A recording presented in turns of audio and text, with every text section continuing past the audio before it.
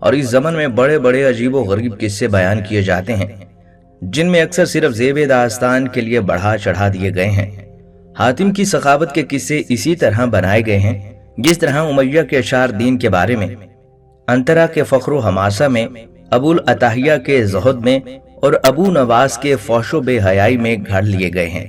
پہلے وہ کسی مقصد کے لیے شعر کہتے ہیں، پھر وہ جس کے مضامین اور اسلوب سے مطابقت رکھتے ہیں اس شاعر سے منسوب کر دیتے ہیں۔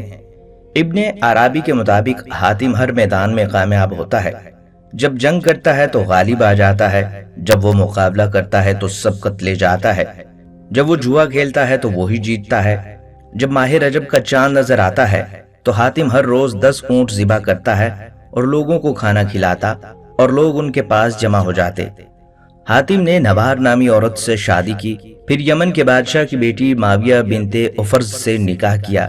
ان دونوں بیویوں سے ان کے 3 بچے عبداللہ، صفانہ اور عدی پیدا ہوئے۔ آخری دونوں نے اسلام کا زمانہ پایا اور اسلام سے فیضیاب ہوئے۔ ان کی مکمل تفصیل آگے چل کے بتائیں گے۔ ناظرین، جیسا کہ ہم تذکرہ کر چکے ہیں کہ حاتم طائی اپنی سخاوت اور خدمت خلق کی وجہ سے مشہور تھا۔ اس کی سخاوت کے چرچے دور دور تک پھیلے ہوئے تھے۔ اس زمانے میں عرب کا حکمران نوفل تھا۔ نوفل نے جب دیکھا کہ ہر طرف حاتم ہی کے چرچے ہیں، ہر کوئی اس کی نیکی اور اچھائی کے گن گاتا ہے، ہر ضرورت مند مدد کے لیے حاتم کے پاس ہی جاتا ہے، تو وہ حاتم کا دشمن بن گیا۔ دشمنی کی وجہ صرف یہ تھی کہ بادشاہ کی بجائے ہر کوئی حاتم کی تعریف کرتا تھا، حاتم کی سخاوت کے قصے بیان کرتا تھا۔ وہ حاتم سے جلتا تھا کہ بادشاہ ہوتے ہوئے بھی حاتم کی شہرت اس سے زیادہ ہے۔ بادشاہ نے حسد کا شکار ہو کر حاتم کو ختم کرنے کا پروگرام بنایا اور اس نے اپنی فوج کے ساتھ حاتم کے علاقے پر حملہ کر دیا۔ حاتم کو یہ جان کر دکھ ہوا کہ بادشاہ نے ایک بہت بڑی فوج کے ساتھ اس کے علاقے پر حملہ کر دیا۔ حاتم نے یہ سوچ کر کہ اس کی وجہ سے خون خرابہ ہوگا، بے گناہ لوگ مارے جائیں گے، اس نے اپنا شہر چھوڑنے کا فیصلہ کیا۔ حاتم اپنا شہر چھوڑ کر پہاڑوں میں جا کر چھپ گیا۔ بادشاہ اپنی فوج کے ساتھ جب شہر میں داخل ہوا تو کسی نے اس کی فوج کا مقابلہ نہ کیا، کیونکہ حاتم طائی شہر چھوڑ کر چلا گیا تھا۔ بادشاہ نے حاتم کا تمام مال و اسباب لوٹ لیا۔ اس کے ساتھ ہی بادشاہ نے یہ اعلان کروا دیا کہ جو شخص حاتم کو ڈھونڈ کر لائے گا اس کو بہت بڑا انعام دیا جائے گا۔ حاتم نے پہاڑ کی ایک گھاٹی میں پناہ لے رکھی تھی۔ ایک روز اسی گھاٹی کے قریب ایک بوڑھا لکڑہارا اور اس کی بیوی لکڑیاں کاٹ رہے تھے۔ وہ بہت غریب تھے اور مشکل سے زندگی بسر کر رہے تھے۔ روز روز کی محنت اور مشقت سے تنگ آئی ہوئی لکڑہارے کی بیوی حسرت سے بولی، کاش حاتم طائی ہمارے ہاتھ لگ جاتا تو ہم اسے بادشاہ کے حوالے کر کے انعام پا لیتے اور ہمیں روز روز کی اس مصیبت سے نجات مل جاتی۔ لکڑہارا بولا، فضول بات مت کرو، ہماری ایسی قسمت کہاں کہ حاتم ہمارے ہاتھ لگ جائے اور ہم انعام وصول کر کے زندگی بسر کر سکیں۔ ہمارے نصیب میں تو یہی لکھا ہے کہ ہم جنگل سے لکڑیاں کاٹیں، سر پر رکھ کر شہر لے جائیں اور ان کو فروخت کر کے اپنا پیٹ بھر لیں۔ حاتم طائی گھاٹی کے اندر بیٹھا یہ باتیں سن رہا تھا۔ یہ سوچ کر حاتم دل میں بڑا خوش ہوا کہ چلو اس بے سر و سامانی کی حالت میں بھی کسی کے کام آ سکتا ہوں۔ چنانچہ وہ باہر آیا اور بوڑھے میاں بیوی سے بولا، میں ہی حاتم ہوں، مجھے بادشاہ کے پاس لے چلو اور اس کے حوالے کر کے انعام حاصل کرو، جلدی کرو، اگر کسی اور نے مجھے دیکھ لیا تو تم ہاتھ ملتے رہ جاؤ گے۔ حاتم کی باتیں سن کر لکڑہارا بولا، بھائی تمہارا بہت شکریہ، بے شک ہم غربت کے ستائے ہوئے ہیں مگر ہم اتنے ظالم نہیں کہ تمہیں بادشاہ کے حوالے کر کے انعام حاصل کریں۔ ہم اسی طرح محنت مزدوری کر کے زندگی کے دن کاٹ لیں گے، اپنے آرام کی خاطر ہم یہ ظلم نہیں کریں گے۔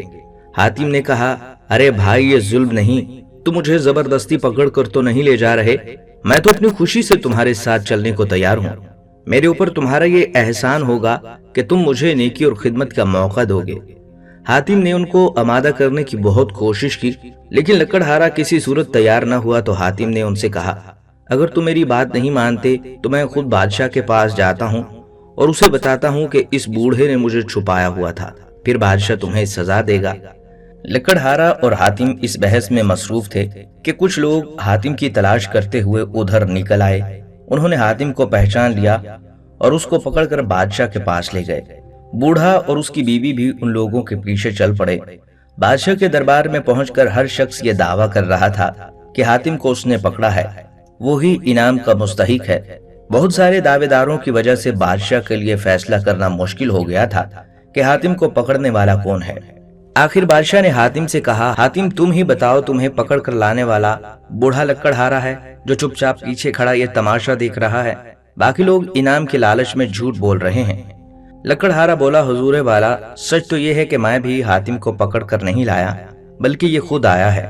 پھر لکڑہارے نے بادشاہ سلامت کو تفصیل سے بتایا کہ کس طرح لکڑیاں کاٹتے وقت اس کی بیوی نے کہہ دیا تھا اگر حاتم ان کو مل جائے تو وہ اسے بادشاہ کے حوالے کر کے انعام پائیں اور مصیبت کی زندگی سے نجات پائیں۔ حاتم ہماری باتیں سن کر پہاڑ سے نکل آیا اور اصرار کرنے لگا کہ اسے بادشاہ کے پاس لے جائیں اور انعام حاصل کریں۔ ہم جب حاتم کو کسی طرح لانے پر تیار نہ ہوئے تو وہ خود آپ کے پاس آنے کے لیے چل پڑا۔ دوسرے لوگ تو ویسے ہی چل پڑے تھے، اب یہ سب انعام کی خاطر جھوٹ بول رہے ہیں۔ بادشاہ کو جب حقیقت معلوم ہوئی تو اس نے حاتم سے کہا، حاتم میں تمہاری شہرت سے تمہارا دشمن بن گیا تھا، مجھے اپنے کیے کا افسوس ہے۔ تم واقعی عظیم انسان ہو جو ہر حال میں دوسروں کی مدد اور خدمت کے لیے تیار رہتے ہو۔ میں تم سے اپنے کیے کی معافی مانگتا ہوں۔ اس کے بعد بادشاہ نے لکڑہارے کو انعام دیا اور جھوٹے دعوے داروں کو سزا دی اور حاتم کا سارا علاقہ اسے واپس کرنے کا اعلان کیا۔ ناظرین، حاتم طائی کے گھر کوئی بھی مہمان آ جاتا وہ اس کی عزت و تکریم میں کوئی کسر اٹھا نہ رکھتے، بلکہ وہ خود مہمانوں کی تلاش میں لگے رہتے تھے اور آگ روشن کر کے ان کو آوازیں دیا کرتے، بلکہ اپنے غلام کو خوشخبری دیتے تھے، اگر اس آگ کی وجہ سے کوئی مہمان ہمارے گھر آیا تو تم آزاد ہو جاؤ گے۔ حاتم طائی کی سخاوت کے لیے ایک قصہ اس طرح بیان کیا جاتا ہے کہ روم کے بادشاہ کے دربار میں ایک دن حاتم طائی کی سخاوت کا تذکرہ ہوا۔ ایک شخص نے بتایا کہ حاتم طائی کے پاس عمدہ نسل کا ایک گھوڑا ہے، خوبصورت اتنا ہے کہ جو بھی دیکھتا ہے اس کی تعریف کیے بغیر نہیں رہ پاتا۔ حاتم کی تعریف سن کر بادشاہ نے کہا، جب تک کسی آدمی کو آزمایا نہ جائے اس وقت تک اس کے بارے میں کوئی رائے قائم کرنا عقل کے خلاف ہے۔ بادشاہ نے وزیر سے کہا کہ جاؤ اور حاتم طائی کی سخاوت کو آزماؤ، اسے کوئی ایسی چیز طلب کرو جو اس کی نظر میں سب سے زیادہ قیمتی ہے۔ ایک درباری نے کہا، حاتم طائی کے لیے سب سے زیادہ عزیز اور سب سے زیادہ قیمتی چیز ایک تیز رفتار گھوڑا ہے۔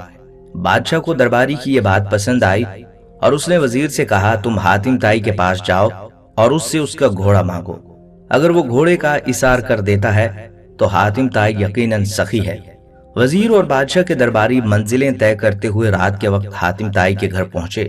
جس وقت یہ لوگ وہاں پہنچے موسلا دھار بارش ہو رہی تھی، گھپ اندھیرے میں بادلوں کی گرج چمک ماحول کو خوفناک بنا رہی تھی۔ ایسے خراب موسم میں گھر سے نکلنا بھی ممکن نہیں تھا، مہمانوں کے کھانے کا انتظام کرنا مشکل کام تھا، لیکن حاتم طائی نے میزبانی کا حق ادا کیا اور مہمانوں کی تواضع اور آرام و آسائش کا پورا انتظام کیا۔ دسترخوان پر لذیذ بھنا ہوا گوشت کھا کر مہمان خوش ہوئے اور انہوں نے اپنے اندر سفر کی تھکان کی وجہ سے توانائی محسوس کی اور گہری نیند سو گئے۔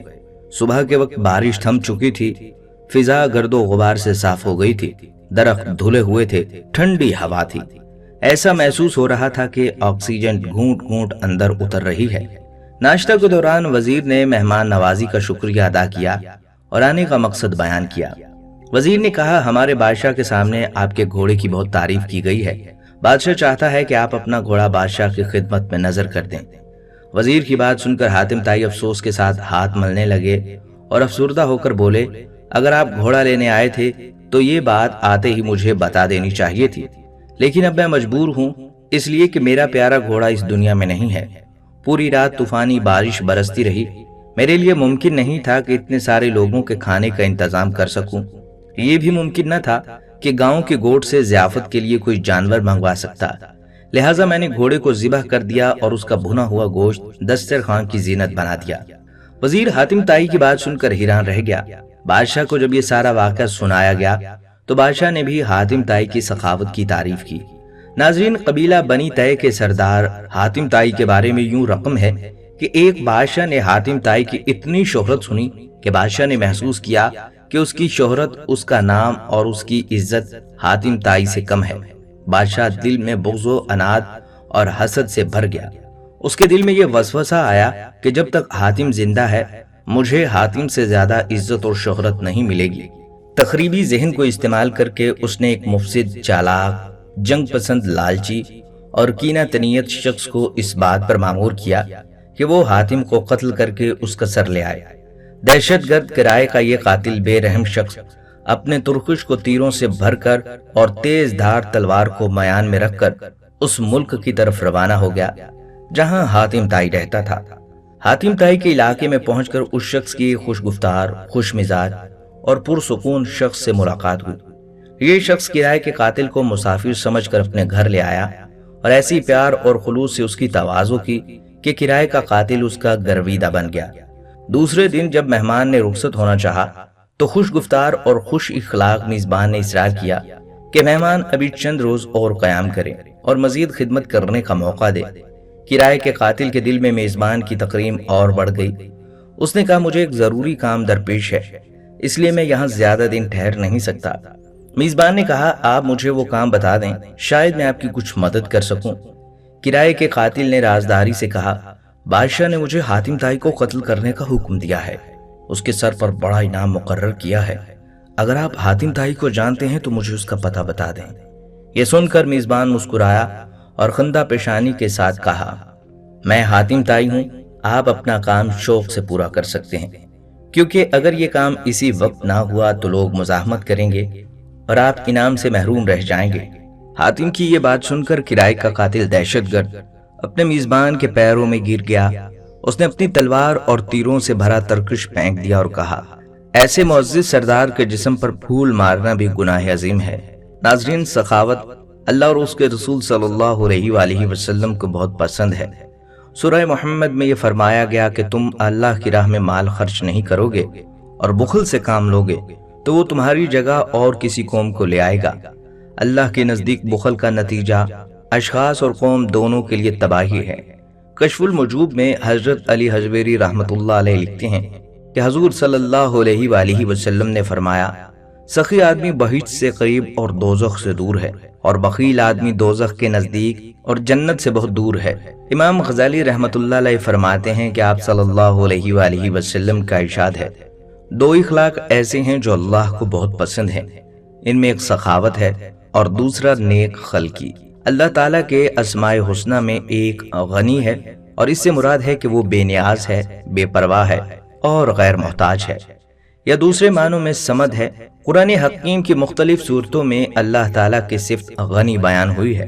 سخاوت کے تناظر میں حاتم طائی کے ذکر کے بغیر بات مکمل نہیں ہوتی، جو اپنے وقت کا نہایت بہادر اور دلیر شخص تھا اور ساتھ ہی ساتھ ایک عظیم اور بے مثال سخی بھی۔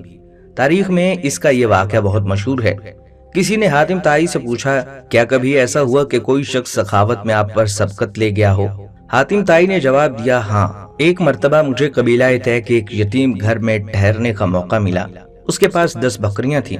اس نے میری مہمان نوازی کی خاطر ایک بکری ذبح کی اور دسترخوان پر میرے آگے اس کا مغز پیش کیا۔ مجھے وہ بہت لذیذ لگا اور میں نے کھاتے ہی کہا واللہ یہ کس قدر لذیذ ہے۔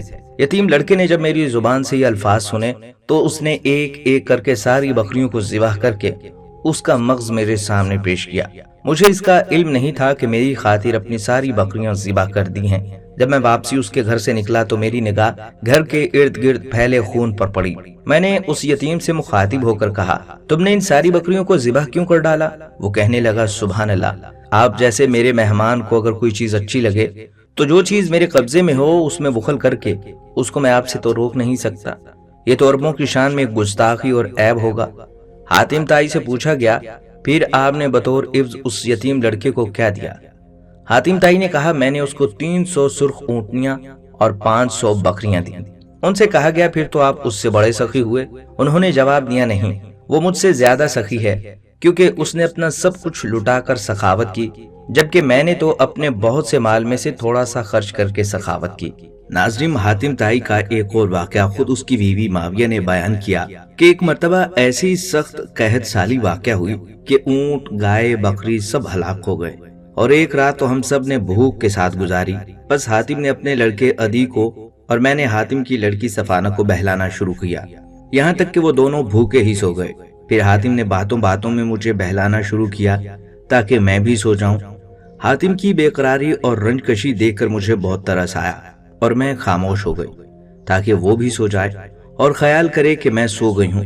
چنانچہ حاتم نے مجھے کئی بار کہا سو گئی، میں نے جواب نہیں دیا، بس وہ خاموش ہو گیا۔ کچھ دیر کے بعد خیمے کے سامنے کوئی آتا ہوا نظر آیا حاتم نے سر اٹھا کر دیکھا کہ ایک عورت ہے جو کہہ رہی ہے، ابو سفیانہ، میں تیرے پاس بھوکے پیاسے بچوں کو چھوڑ کر آئی ہوں۔ حاتم نے کہا، اپنے بچوں کو میرے پاس لے آ، بخدا میں ان کو سیر کر دوں گا۔ حاتم کی بیوی کہتی ہے، میں نے فوراً اٹھ کر کہا، حاتم کس چیز کے ساتھ سیر کر دے گا، جبکہ خود تیرے بچے بھوک کی وجہ سے بل بلا کر سو گئے۔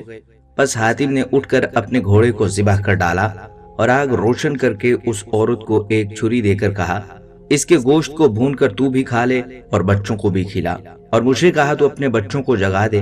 میں نے بچوں کو بیدار کیا۔ حاتم نے کہا، خدا کی قسم یہ بڑی کمینگی ہے کہ تم لوگ کھاتے رہو اور اہل محلہ کی حالت بھوک کی وجہ سے تم جیسی ہو۔ پس حاتم نے محلہ کے گھر میں جا جا کر اعلان کر دیا۔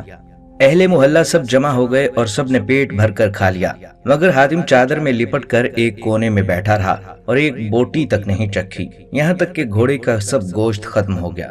ناظرین، حاتم ایسے اعلی اخلاق کا مالک تھا جس کی نظیر زمانہ جاہلیت میں نہیں ملتی۔ وہ نہایت خاموش، تباہ، نرم دل اور حد درجہ بامروت تھا۔ اس سلسلے میں وہ کہتا ہے، میری عمر کی قسم، میں نے کتنے اکلوتے بیٹوں کو پناہ دی، پھر نہ انہیں قتل کیا نہ قید کیا، اور میں نے کبھی اپنے چچا زاد پر ظلم نہیں کیا کہ میرے بھائی موجود ہوں اور اس کے بھائیوں کو زمانے نے ختم کر دیا ہو۔ حاتم کی بیٹی صفانہ جب قیدیوں میں قید ہو کر آپ صلی اللہ علیہ وآلہ وسلم کے سامنے کھڑی ہو کر رہائی کی درخواست کرتے ہوئے کہنے لگی، میرا باپ قیدیوں کو آزاد کراتا تھا، حقوق کی حفاظت کرتا تھا، مہمان نواز تھا اور مصیبت زدہ کی پریشانیوں کو دور کرتا تھا، کھانا کھلاتا تھا، اس نے ضرورت مند کو کبھی خالی ہاتھ نہ لوٹایا۔ تو رسول اللہ صلی اللہ علیہ وآلہ وسلم نے فرمایا، یہ صفات مومن کی ہیں، تیرا باپ اگر مسلمان ہوتا تو ہم اس پر ضرور رحمت بھیجتے، اور فرمایا اس کو چھوڑ دو کیونکہ اس کا باپ اخلاق کو پسند کرتا تھا۔ ناظرین، اگر حاتم طائی کی شاعری کی بات کی جائے تو یقیناً زبان دل کی ترجمہ ہوتی ہے اور شاعری احساسات کا آئینہ ہوتی ہے۔ مذکورہ تفصیل میں حاتم کے جو اخلاق اور عادات کا ذکر کیا ہے وہی اس کی شاعری میں اثر انداز اور رواں دواں نظر آتے ہیں۔ اس کے الفاظ آسان اور نرم، اس کا اسلوب پختہ اور محکم، اور اس کا موضوع اعلیٰ اور برتر ہے جس کی مثال باقی شعراء میں بھی نہیں ملتی۔ اس بنا پر ابن عرابی نے کہا تھا، اس کی سخاوت اس کی شاعری کے مشابہ ہے۔ اس کے کہنے کا مطلب یہ ہے کہ اس کی شاعری ٹھاٹھیں مارتا ہوا سمندر ہے جس میں جود و سخاوت اور اس کے متعلق ملامت کرنے کے موضوعات پر امثال و حکم کا بیش بہا خزانہ جوش مارتا ہے۔ اس میں لافانی شہرت اور دائمی ذکر کا تذکرہ بہت خوبصورت انداز میں اختلاف اور تضاد نظر آتا ہے۔ وہ اس لیے کہ اس کے کلام میں بہت سا ایسا کلام داخل کر دیا گیا جو غلط طور پر اس سے منسوب کر دیا گیا ہے۔ دوسرے طبقے کا شاعر ہے۔ اس کا مجموعہ کلام دیوان کی شکل لندن اور بیروت میں شائع ہو چکا ہے۔ اگر حاتم طائی کی وفات کا ذکر کیا جائے تو 578 عیسوی میں اس دار فانی سے رخصت ہو گیا۔ حضور صلی اللہ علیہ وآلہ وسلم کے دعوی نبوت سے 33 سال قبل حاتم طائی فوت ہو گیا۔ وہ آپ صلی اللہ علیہ وآلہ وسلم کا زمانہ نہ پا سکا۔ اگر وہ زندہ رہتا تو دیکھتا کہ شہر عرب کے دو سخا کی بارش کسی ایک علاقے پر نہیں بلکہ ساری دنیا اور ہر مذہب و ملت کے لیے تھی، کہ وہ رحمت للعالمین بن کر آئے، اور ان کی سخاوت اپنا نام روشن کرنے کے لیے نہیں بلکہ محض اللہ اور ہمدردی خلق کی خاطر عام تھی، کہ خود حاتم کا خاندان بھی اس سے محروم نہ رہا، کہ عرب کے اس مشہور سخی کے خاندان پر بھی آپ صلی اللہ علیہ وآلہ وسلم کے بڑے احسان ہیں۔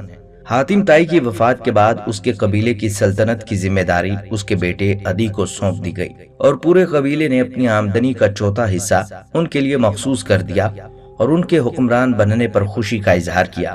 جب رسول اللہ صلی اللہ علیہ وآلہ وسلم نے اعلانیہ طور پر اسلام کی دعوت پیش کی اور عرب جوق در جوق حلقہ بگوش اسلام ہونے لگے تو یہ صورتحال دیکھ کر عدی نے خطرہ محسوس کیا کہ اگر عام لوگ اسی طرح آپ صلی اللہ علیہ وآلہ وسلم کی دعوت سے متاثر ہوتے رہے تو بالآخر ہماری سلطنت بھی جاتی رہے گی۔ اس لیے انہوں نے اسلام کی اشاعت روکنے کے لیے ہر حربہ استعمال کیا اور آپ صلی اللہ علیہ وآلہ وسلم سے بغض و عناد کی انتہا کر دی۔ آپ صلی اللہ علیہ وآلہ وسلم سے عداوت کا یہ سلسلہ 20 سال تک جاری رہا۔ بعد میں عدی بن حاتم اسلام قبول کر کے آپ صلی اللہ علیہ وآلہ وسلم کے دست مبارک پر مسلمان ہوا۔ 9 ہجری کا زمانہ بتایا جاتا ہے۔ ابتدا میں وہ عیسائی تھے، جبکہ اسلام کو عیسائیت کا رقیب سمجھتے تھے، جبکہ سردار ہونے کی وجہ سے آپ صلی اللہ علیہ وآلہ وسلم کا اقتدار ان کی آنکھوں میں کھٹکتا تھا۔ ان کی سازش سے یمن کے قبیلہ طے نے بغاوت کی۔ حضرت علی رضی اللہ تعالیٰ عنہ ان دنوں یمن کے گورنر تھے۔ انہوں نے بغاوت کو ختم کیا اور بغاوت کے لیڈروں کو گرفتار کر کے مدینہ بھیج دیا۔ ان میں عدی کی بہن صفانہ بنت حاتم بھی تھی۔ وہ بھی حضور صلی اللہ علیہ وآلہ وسلم کے سامنے پیش ہوئیں تو انہوں نے کہا، میں سخی حاتم تائی کی بیٹی ہوں۔ میرا باپ بھوکوں کو پیٹ بھر کر کھانا کھلاتا تھا اور غریبوں پر رحم کرتا تھا۔ اس پر آپ صلی اللہ علیہ وآلہ وسلم نے فرمایا کہ تیرے باپ میں مسلمانوں کی سی خوبیاں تھیں۔ عدی کی بہن نے آپ صلی اللہ علیہ وآلہ وسلم سے پھر عرض کیا کہ میری آپ صلی اللہ علیہ وآلہ وسلم سے ایک درخواست ہے۔ آپ صلی اللہ علیہ وآلہ وسلم اس کو قبول فرما کر مجھے شکریہ کا موقع دیں۔ آپ صلی اللہ علیہ وآلہ وسلم نے فرمایا، وہ کیا؟ عدی کی بہن نے کہا کہ میرا والد فوت ہو چکا ہے، میرا محافظ بھائی بھاگ گیا ہے، آپ مجھ پر احسان فرمائیں، یعنی مجھے آزاد کر دیں تو اللہ آپ صلی اللہ علیہ وآلہ وسلم پر احسان فرمائے گا۔ میرا بھائی آپ کی فوج سے خوف زدہ ہو کر شام کے علاقے میں بھاگ گیا ہے، آپ مجھ کو اجازت دیں کہ میں اس کو لے آؤں اور آپ صلی اللہ علیہ وآلہ وسلم اس کے لیے ایک امن نامہ لکھ دیجئے۔ یہ سن کر آپ صلی اللہ علیہ وآلہ وسلم چپ چاپ چلے گئے اور کچھ جواب نہیں دیا۔ دوسرے دن وہاں سے پھر آپ صلی اللہ علیہ وآلہ وسلم کا گزر ہوا تو اس نے پھر وہی درخواست دہرائی۔ آپ صلی اللہ علیہ وآلہ وسلم نے فرمایا، تم جلدی کیوں کرتی ہو؟ جب تمہارے علاقہ سے کوئی آئے گا جس پر تم کو اعتماد ہو، اس کے ساتھ چلی جانا۔ چند یوم کے بعد ان کے رشتہ داروں میں سے چند اشخاص آ گئے۔ عدی کی بہن کہتی ہے کہ میں نے آپ صلی اللہ علیہ وآلہ وسلم سے عرض کیا کہ میرے رشتہ داروں میں سے ایسے لوگ آ گئے ہیں جن پر مجھ کو اعتماد ہے۔ یہ سن کر آپ صلی اللہ علیہ وآلہ وسلم نے میرے لیے کپڑے کے جوڑے بھیج دیے اور میرے لیے زاد راہ اور سواری مہیا فرمائی۔ میں اپنے قرابت داروں کے ساتھ بھائی کے پاس پہنچ گئی۔ عدی فرماتے ہیں کہ میں اپنے بال بچوں میں بیٹھا ہوا تھا کہ مجھے دور سے کچھ سواریاں نظر آئیں۔ کیا دیکھتا ہوں کہ میری بہن بھی ہے، ابھی سواری سے اتری بھی نہ تھی کہ مجھ کو برا بھلا کہنا شروع کیا کہ تو بڑا ظالم ہے، قاطع رحم ہے، اپنے بال بچوں کو اٹھا کر لے گیا اور بہن کو یہاں چھوڑ گیا۔ چونکہ باتیں سچ تھیں اور میرے پاس کوئی عذر بھی نہ تھا، میں بہت شرمندہ ہوا۔ میں نے کہا مجھے معاف کر دے۔ پھر میں نے اپنی بہن سے رسول اللہ صلی اللہ علیہ وآلہ وسلم کے متعلق استفسار کیا۔ انہوں نے کہا کہ میرا تو خیال ہے کہ تم جلدی ان کی خدمت میں حاضر ہو جاؤ۔ اگر وہ نبی ہیں تو تم کو جلدی سبقت کرنی چاہیے، اگر وہ بادشاہ ہیں تو تمہاری عزت میں کوئی فرق نہیں آئے گا۔ میں نے کہا ٹھیک ہے، اور میں اس کے ساتھ سوار ہو کر مدینہ پہنچ کر مسجد نبوی میں داخل ہوا۔ آپ صلی اللہ علیہ وآلہ وسلم مسجد نبوی میں تشریف فرما تھے۔ میں نے سلام کیا۔ آپ صلی اللہ علیہ وآلہ وسلم نے فرمایا کہ عدی بن حاتم تائی ہو؟ آپ صلی اللہ علیہ وآلہ وسلم مجھے اپنے ساتھ گھر لے گئے۔ راہ میں ایک بڑھیا نے آپ صلی اللہ علیہ وآلہ وسلم سے باتیں شروع کی۔ آپ صلی اللہ علیہ وآلہ وسلم وہیں کھڑے رہے جب تک بڑھیا کی داستان ختم نہ ہوئی۔ میں نے سوچا کہ ضعیف بادشاہ بڑھیا عورتوں کے روکنے سے اس طرح نہیں رکا کرتے۔ محمد بادشاہ نہیں ہیں۔ گھر میں داخل ہوئے، جس گدے پر آپ صلی اللہ علیہ وآلہ وسلم بیٹھا کرتے تھے میری طرف سرکا دیا۔ گدا ایک ہی تھا۔ میں نے عرض کیا نہیں، آپ صلی اللہ علیہ وآلہ وسلم اس پر بیٹھے۔ فرمایا نہیں، آپ بیٹھیں۔ چنانچہ میں گدی پر بیٹھ گیا اور رسول اللہ صلی اللہ علیہ وآلہ وسلم زمین پر بیٹھ گئے۔ اب مجھے یقین ہو گیا کہ آپ بادشاہ ہرگز نہیں ہیں۔ بیٹھتے ہی فرمایا کہ عدی تم رقوسی ہو؟ واضح رہے کہ رقوسی عیسائیوں کا ایک فرقہ تھا۔ میں نے جواب دیا ہاں۔ پھر فرمایا تم اپنی قوم سے پیداوار اور مال غنیمت لیتے ہو؟ میں نے کہا جی ہاں۔ حضور صلی اللہ علیہ وآلہ وسلم نے فرمایا یہ تمہارے دین کے تو خلاف ہے۔ عدی نے کہا بے شک۔ اب میں نے دل میں سوچا کہ ہو نہ ہو یہ نبی ہیں۔ پھر آپ صلی اللہ علیہ وآلہ وسلم نے فرمایا اے عدی تم کو یہ امر مانے ہوا کہ مسلمان نہایت مفلس، کلاش اور غریب ہیں۔ عدی وہ وقت آنے والا ہے کہ مسلمانوں کے پاس اتنا مال آئے گا کہ کوئی زکوٰۃ لینے والا نہیں ہوگا۔ اے عدی شاید تم کو یہ چیز مانے ہے کہ مسلمانوں کے مقابلے میں بڑی بڑی زبردست سلطنتیں ہیں، دشمنوں کے پاس بے شمار فوجیں اور ہر طرح کے ہتھیار ہیں۔ عدی وہ وقت آنے والا ہے کہ مسلمانوں کی سلطنت اتنی وسیع ہو جائے گی اور ایسا زبردست انتظام آئے گا کہ ایک عورت تن تنہا قادسیہ کوفہ سے کئی میل دور فاصلہ پر واقع سے چلے گی اور خوفناک جنگلوں کو طے کرتی ہوئی مدینہ میں داخل ہو جائے گی۔ عدی شاید تم کو یہ مانے ہے کہ سردست مسلمانوں کی سلطنت بہت چھوٹی ہے۔ عدی خدا کی قسم ایک وقت آنے والا ہے کہ اسلامی فوجیں کسرا جیسی سلطنت کو پاش پاش کر ڈالیں گی۔ عدی شاید تم کو یہ مانی ہے کہ سردست مسلمانوں کی سلطنت بہت چھوٹی ہے۔ عدی خدا کی قسم ایک ایسا وقت آنے والا ہے کہ اسلامی فوجیں کسرا جیسی سلطنت کو پاش پاش کر ڈالیں گی۔ عدی کیا بھی وہ وقت نہیں آیا کہ تم پڑھو اللہ اکبر، اللہ بہت بڑا ہے۔ حضرت عدی کہتے ہیں یہ تقریر سن کر میں اسی وقت مسلمان ہو گیا اور حضور صلی اللہ علیہ وآلہ وسلم کا چہرہ خوشی سے چمک اٹھا۔ یہی حضرت عدی رضی اللہ تعالیٰ عنہ جو حاتم طائی مشہور سخی کے صاحبزادے ہیں، فرماتے ہیں کہ حضور صلی اللہ علیہ وآلہ وسلم نے اس وقت جو 3 امور بیان فرمائے وہ میں نے خود اپنی آنکھوں سے دیکھ لیا، جبکہ تیسری بات بھی پوری ہوگی انشاءاللہ۔ میرے سامنے کسرا کی زبردست سلطنتیں پاش پاش ہو گئیں۔ میرے آنکھوں کے سامنے قادسیہ سے ایک عورت تن تنہا خطرناک جنگلوں کو طے کرتی ہوئی صحیح سلامت مدینہ منورہ پہنچ گئی۔ مجھے یقین ہے کہ تیسری بات بھی پوری ہوگی۔ چنانچہ یہ تیسرا امر حضرت عمر بن عبدالعزیز رحمت اللہ علیہ کے دور خلافت میں پورا ہوا کہ لوگوں کو زکوٰۃ لینے والا نہیں ملتا تھا۔ 13 ہجری میں حضرت عمر فاروق رضی اللہ تعالیٰ عنہ نے عراق کی فتوحات کی تکمیل کے لیے تمام ممالک محروسہ سے فوجیں طلب کیں تو عدی بن حاتم بھی اپنے قبیلہ کے آدمیوں کو لے کر شرکت جہاد کے لیے پہنچے اور امیر عسکر مسنا کے ساتھ ہیرا کے معرکہ میں شریک ہوئے۔ اس معرکہ میں مسلمانوں کو کامیابی ہوئی اور ایرانیوں نے شکست کھائی۔ اس کے بعد نہر مسنا پر صف آرائی ہوئی، اس میں بھی عدی شریک تھے اور ایرانی ناکام رہے۔ اس کے بعد جسر میں معرکہ میں شرکت کی، اس میں مسنا کی غلطی سے مسلمانوں کو شکست ہوئی۔ اس سلسلے کی سب سے بڑی جنگ قادسیہ میں بھی عدی بن حاتم نے شجاعت دکھائی۔ سب سے آخر میں کوسی اور مدائن پر فوج کشی ہوئی۔ عدی اس میں بھی ہمراہ اور مدائن کے فاتحین میں تھے۔ ان کے سامنے کسرا کا خزانہ مسلمانوں کے قبضے میں آیا اور انہوں نے اپنی آنکھوں سے آپ صلی اللہ علیہ وآلہ وسلم کی پیشگوئی کی تصدیق دیکھ لی۔ ان فتوحات کے علاوہ تستر اور نہاون کے معرکوں میں بھی شریک ہوئے۔ شام کی فتوحات میں بھی خالد بن ولید رضی اللہ تعالیٰ عنہ کے ہمراہ تھے۔ غرض اس عہد کی اکثر لڑائیوں میں انہوں نے شرکت کی سعادت حاصل کی۔ ایک مرتبہ حضرت عدی عمر فاروق رضی اللہ تعالیٰ عنہ کے زمانے میں مدینہ آئے اور ان سے مل کر پوچھا، آپ نے مجھے پہچانا؟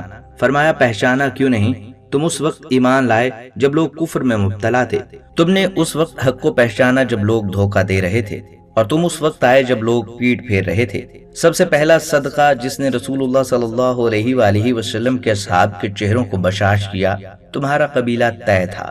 حضرت عثمان رضی اللہ تعالیٰ عنہ کے طرز عمل سے عدی کو اختلاف تھا، اس لیے ان کے زمانے میں بالکل خاموش رہے۔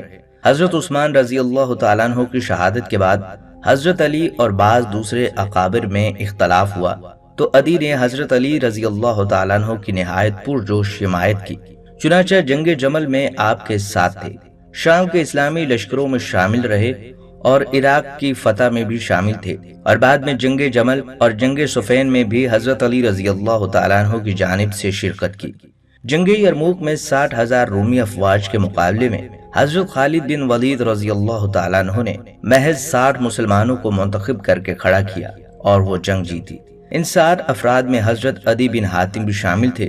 عدی بن حاتم رضی اللہ تعالیٰ عنہ بھی اپنے باپ حاتم کی طرح بہت سخی تھے۔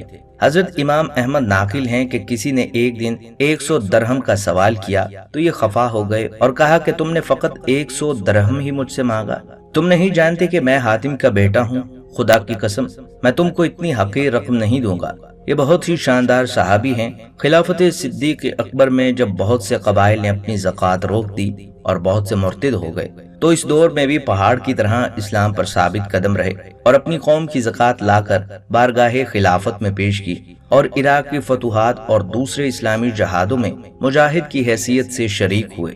عدی بن حاتم آخری زمانہ میں شرف با اسلام ہوئے، تاہم چونکہ آپ صلی اللہ علیہ وآلہ وسلم اور شیخین کے پاس برابر آتے جاتے رہتے تھے، خصوصاً حضرت علی رضی اللہ تعالیٰ عنہ کے ساتھ ان کے تعلقات بہت زیادہ تھے، اس لیے وہ مذہبی علوم سے بہرہ برنا تھے۔ ان کی 66 روایتیں حدیث کی کتابوں میں موجود ہیں، ان میں سے 6 متفق علیہ ہیں اور 3 میں امام بخاری اور 2 میں امام مسلم منفرد ہیں۔ ناظرین، عدی بن حاتم اپنی قوم کا معزز سردار تھا۔ رسول اللہ صلی اللہ علیہ وآلہ وسلم نے بھی ہمیشہ ان سے محبت اور عزت کا سلوک فرمایا، اور خود آپ صلی اللہ علیہ وآلہ وسلم کی شفقت اور احترام کا یہ ذکر بھی کیا کرتے تھے کہ میں جب بھی آپ صلی اللہ علیہ وآلہ وسلم کی مجلس میں حاضر ہوا، آپ نے ہمیشہ میرے لیے مجلس میں کشادگی پیدا کر کے جگہ بنائی۔